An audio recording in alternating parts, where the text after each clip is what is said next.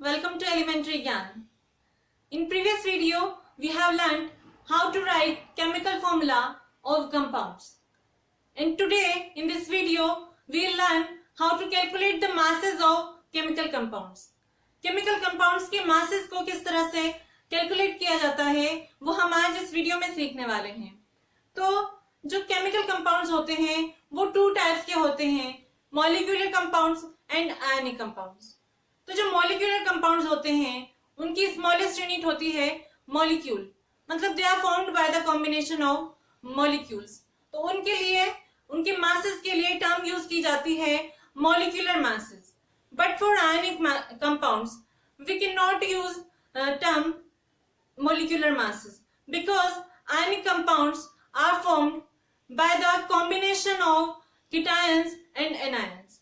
वो मॉलिक्यूल से मिलकर बने नहीं होते हैं, बल्कि वो जो बने होते हैं वो इक्वल नंबर ऑफ कीटायंस और एनायंस के कॉम्बिनेशन से बनते हैं. तो इसलिए उनके लिए मॉलिक्यूलर मासेस को यूज नहीं किया जाता है, उनके लिए टर्म यूज की जाती है formula mass.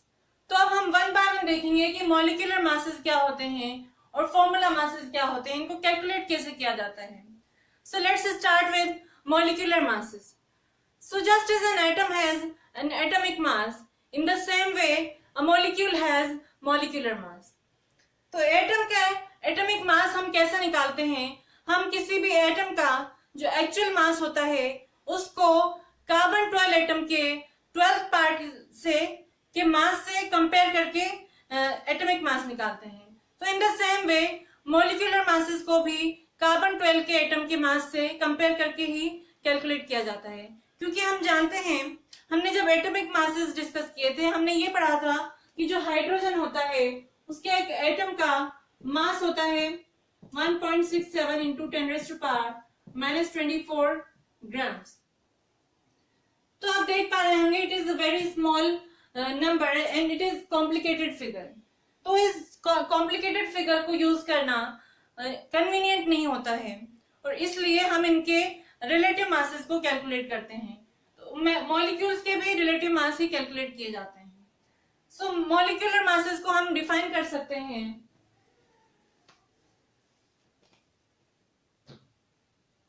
Molecular masses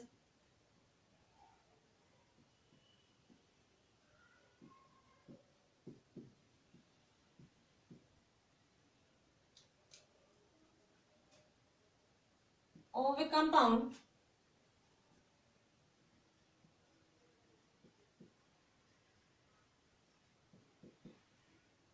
is the relative mass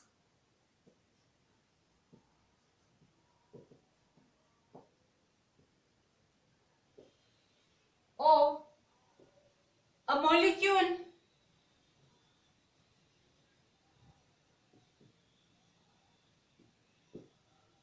of that compound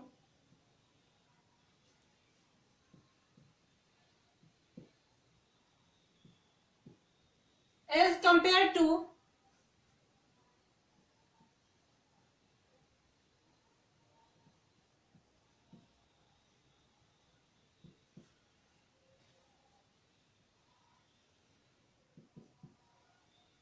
carbon 12 as compared to the mass of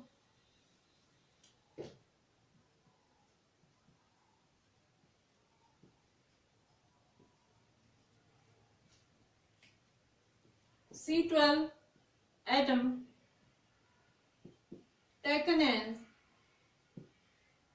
12 units. Carbon 12 के एक एटम के मास को 12 यूनिट्स मानकर हम जो हमारा मॉलिक्यूल है किसी भी कंपाउंड का उसके मास को कंपेयर करके मॉलिक्यूलर मासेस को कैलकुलेट कर सकते हैं. सो जो मॉलिक्यूलर मास होते हैं किसी भी कंपाउंड का वो इंडिकेट करता है कि उस कंपाउंड का जो एक मॉलिक्यूल है वो कार्बन 12 के 1/12 पार्ट से कितना हेवियर है. फॉर एग्जांपल अगर हम हाइड्रोजन मॉलिक्यूल की बात करें तो हाइड्रोजन मॉलिक्यूल का मास होता है मॉलिक्यूलर मास 2. तो ये क्या इंडिकेट करता है? It indicates that its mass और H2 मॉलिक्यूल का मास जो है वो कार्बन 12 एटम के 12th पार्ट से 2 टाइम्स हैवियर है।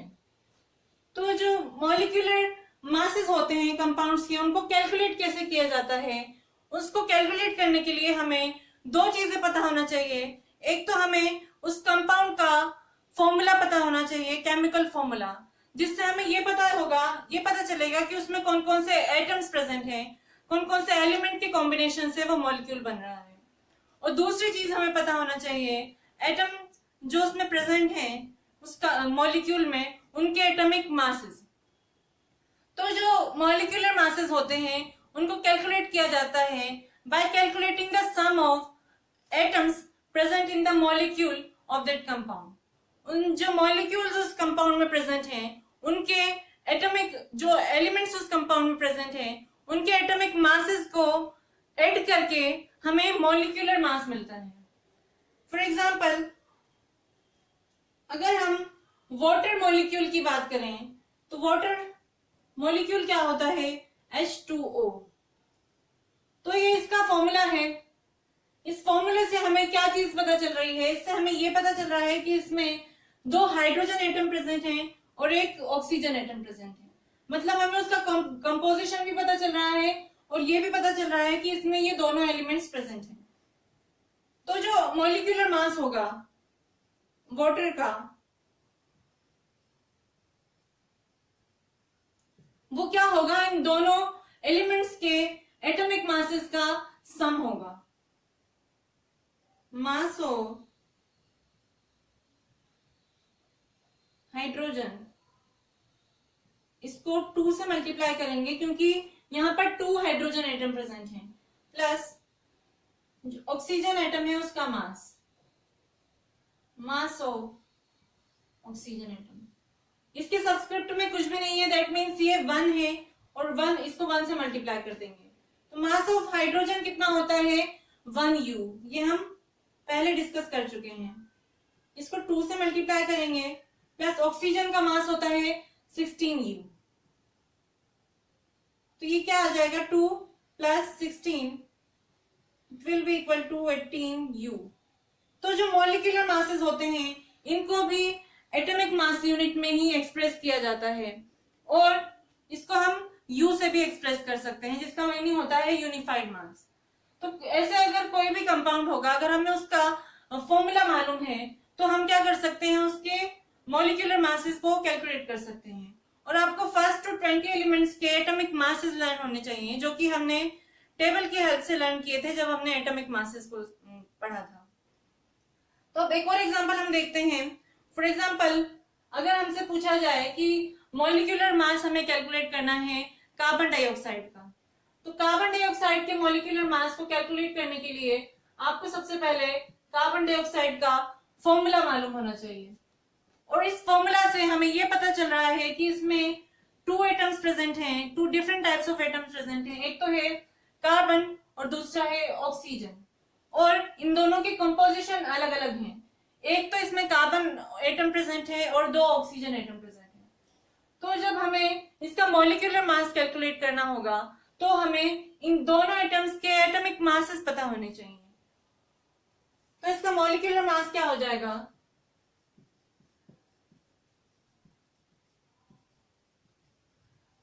molecular mass of carbon dioxide is equal to mass of carbon atom plus 2 into mass of oxygen atom। तो carbon atom का एटॉमिक मास होता है 12 और ऑक्सीजन का एटॉमिक मास है 16। इसको 2 से मल्टीप्लाई करेंगे तो जब हम इसको सोल्व करेंगे तो कितना आ जाएगा, 12 + 32 will be equal to 44U। तो ये 44U क्या है, कार्बन डाइऑक्साइड के मॉलिक्यूल का मास है। एक और एग्जांपल हम देखते हैं, अमोनिया। अमोनिया क्या है, केमिकल कंपाउंड है, गैस होता है ये। इसका हमें मॉलिक्यूलर मास निकालना है, तो उसके लिए आपको पता होना चाहिए अमोनिया का फॉर्मूला। अमोनिया को रिप्रेजेंट किया जाता है या इसका केमिकल फॉर्मूला होता है NH3। इसमें 2 डिफरेंट एटम्स प्रेजेंट हैं, एक तो है नाइट्रोजन और एक है हाइड्रोजन। तो इसका मॉलिक्यूलर मास होगा, वो क्या हो जाएगा, molecular mass of ammonia will be equal to mass of nitrogen atom plus 3 into mass of hydrogen atom. जिस भी एटम के साथ सब्सक्रिप्ट में जो भी नंबर लगा है, जैसे अगर यहाँ 4 लगा होता तो हम उसको 4 से मल्टीप्लाई कर देते उसके मास को। तो मास ऑफ नाइट्रोजन होता है 14 और हाइड्रोजन का मास 1 होता है, इसको 3 से मल्टीप्लाई करेंगे तो हमारे पास आ जाएगा NH3 का मास, अमोनिया का मास 17U। इस तरह से आपको कोई भी कंपाउंड दिया हुआ है तो आप उसका केमिकल फॉर्मूला सबसे पहले आपको पता होना चाहिए और एटॉमिक मास भी पता होना चाहिए। तो एटॉमिक मास पता होने पर हम क्या करेंगे, उन जो एलिमेंट्स उसमें जो प्रेजेंट होंगे, एटम प्रेजेंट होंगे, उनको उनके मासेस को सम करके हम मॉलिक्यूलर मासेस कैलकुलेट कर सकते हैं। तो ये तो थे मॉलिक्यूलर मासेस। अब हम देखेंगे जो आयनिक कंपाउंड्स हैं उनके लिए मासेस किस तरह से कैलकुलेट किए जाते हैं, उनको बोला जाता है फॉर्मूला मास।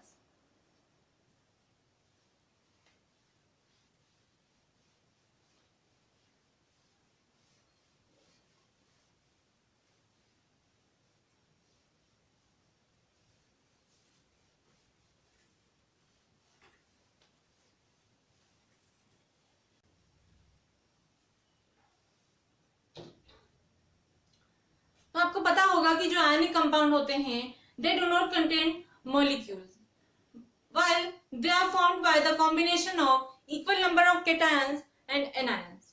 तो जो आयनिक कंपाउंड्स होते हैं उनका जो स्मॉलेस्ट यूनिट होती है वो होती है फॉर्मूला यूनिट और वो इक्विवेलेंट होती है मॉलिक्यूल्स के। फॉर एग्जांपल अगर हम सोडियम क्लोराइड की बात करें तो उसको हम रिप्रेजेंट करते हैं NaCl, जबकि इसका जो एक्चुअल फॉर्मूला होता है वो होता है Na प्लस, मतलब उसमें sodium ion n number of sodium ion present होते हैं और n number of chloride ion present होते हैं। लेकिन इसका हम सिंप्लीफाइड जो फॉर्म होती है, सिंप्लीफाइड यूनिट होती है वो NaCl होती है और इसी को बोला जाता है फॉर्मूला यूनिट। और फॉर्मूला यूनिट जो होती है वो क्या होती है, वो इलेक्ट्रिकली न्यूट्रल यूनिट होती है किसी भी आयनिक कंपाउंड की। तो जो फॉर्मूला मासेस होते हैं वो क्या होते हैं, वो फॉर्मूला यूनिट के रिलेटिव मास होते हैं एज जब उनको कंपेयर किया जाता है कार्बन 12 एटम के मास से। तो फॉर्मूला यूनिट की डेफिनेशन होगी formula masses, a formula mass of an ionic compound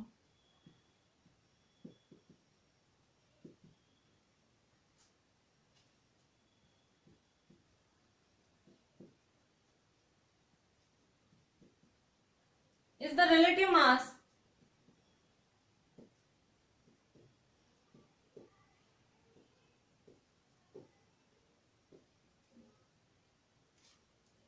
of a formula unit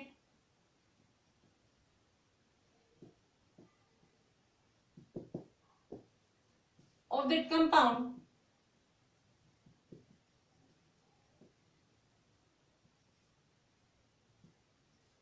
as compared to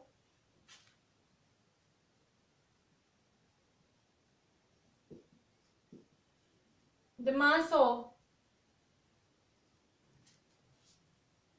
C12 carbon 12 atom taken as 12 unit. तो कार्बन 12 एटम के एक एटम के 1/12 पार्ट से वो जो आयनिक कंपाउंड का एक फॉर्मूला यूनिट है वो कितनी हैवी है ये हमें उसके फॉर्मूला मास से पता चलता है। और जिस तरह से हमने मॉलिक्यूलर मासेस को कैलकुलेट किया है उसी तरह से फॉर्मूला मासेस को भी कैलकुलेट किया जाता है किसी भी एटम के एटॉमिक मासेस को सम करके, उस फॉर्मूला यूनिट में जितने भी आयंस प्रेजेंट हैं उनके मासेस को सम करके हम फॉर्मूला मास कैलकुलेट कर सकते हैं। तो जो आयंस होते हैं और एटम्स जो होते हैं, तो आयंस और के एटॉमिक मासेस भी इक्वल होते हैं उनके एटम के एटॉमिक मासेस से, क्योंकि जब आयन का फॉर्मेशन होता है तब इलेक्ट्रॉन्स का ट्रांसफर होता है, और जो एटम्स में इलेक्ट्रॉन होते हैं उनके मासेस नेग्लिजिबल होते हैं, मतलब बहुत ही कम होते हैं। इसी वजह से आयंस का और एटम्स के जो मासेस होते हैं, एटॉमिक मासेस, वो इक्वल होते हैं। तो हम देखेंगे इसका एग्जांपल कि किसी भी आयनिक कंपाउंड का जो फॉर्मूला मास है वो कैसे कैलकुलेट किया जाता है। तो फर्स्ट एग्जांपल हम देख लेते हैं सोडियम क्लोराइड। सोडियम क्लोराइड होता है NaCl। तो यहाँ पर टू आयंस प्रेजेंट हैं, एक तो है सोडियम आयन और दूसरा है क्लोराइड आयन। तो सोडियम आयन और क्लोराइड आयन जब इन दोनों के एटॉमिक मासेस को ऐड कर दिया जाए तो वो जो सम आएगा वो ही क्या होगा, उसका formula mass. Formula mass of NaCl is equal to mass of sodium plus mass of chloride ion. तो क्योंकि यहाँ पर कोई भी सब्सक्रिप्ट नहीं लगा है इसलिए हमने इनको मल्टीप्लाई नहीं किया है किसी से। सोडियम आयन का मास होता है 23 और क्लोराइड आयन का मास होता है, जो कि क्लोरीन का मास है, क्लोरीन एटम का मास कितना होता है 35.5। तो इनका सम जो होगा 58.5, ये ही क्या है, सोडियम क्लोराइड का फॉर्मूला मास होगा।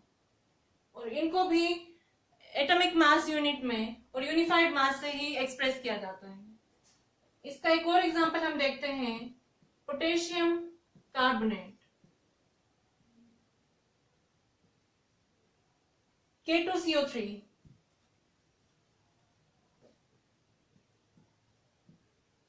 तो पोटेशियम कार्बोनेट के फॉर्मूला मास को कैलकुलेट करने के लिए हमें क्या क्या पता होना चाहिए। हमें पोटेशियम का एटॉमिक मास पता होना चाहिए, दूसरा कार्बन का एटॉमिक मास पता होना चाहिए, इन थर्ड हमें ऑक्सीजन का मास भी पता होना चाहिए।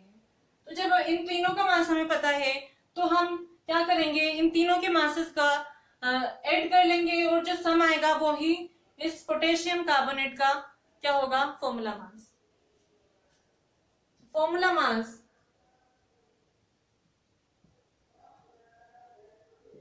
of K2CO3 potassium carbonate is equal to 2 into mass of potassium plus mass of carbon plus 3 into mass of oxygen. यहाँ पर 3 ऑक्सीजन के एटम प्रेजेंट है इसलिए उसको 3 से मल्टीप्लाई करेंगे, और पोटेशियम के 2 एटम्स प्रेजेंट है इसलिए उसके मास को किससे मल्टीप्लाई करेंगे, 2 से मल्टीप्लाई करेंगे।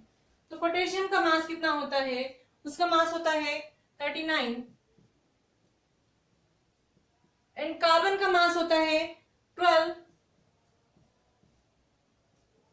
एंड ऑक्सीजन का मास होता है 16U। तो जब हम इनको कैलकुलेट करेंगे तो कितना आ जाएगा, 2 into 39 78 plus 12 plus 48, it will be equal to 60 and 75 18 4 to 6 and 7 138 U। ये इसका मास आ जाएगा 138 U किसका, पोटेशियम कार्बोनेट का। अब अगर आपसे पूछा जाए कि सोडियम कार्बोनेट का मास कैसे निकालते हैं, फॉर्मूला मास, तो आपको सेम यही प्रोसीजर करना है। हमें सोडियम का मास पता होना चाहिए और कार्बोनेट का मास हम निकाल लेंगे।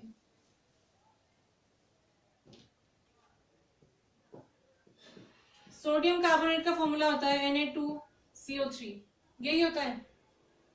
अब इसका फॉर्मूला मास कैसे निकालेंगे,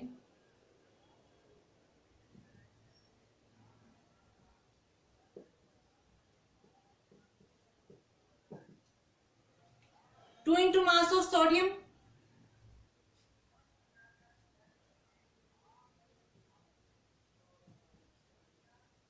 plus mass of carbon atom plus 3 into mass of oxygen atom. तो 2 into मास ऑफ सोडियम कितना होता है 23 एंड मास ऑफ कार्बन होता है 12 और मास ऑफ ऑक्सीजन होता है 16। 46 plus 12 plus 48 8 8 16 4 4 8 9 106 U। ये आ गया हमें किसका मास है, मास ऑफ सोडियम कार्बोनेट। तो इस तरह से किसी भी फॉर्मूला में प्रेजेंट एटम्स के एटॉमिक मासेस को ऐड करके हम उनका क्या निकाल सकते हैं, मॉलिक्यूलर मासेस और फॉर्मूला मासेस कैलकुलेट कर सकते हैं।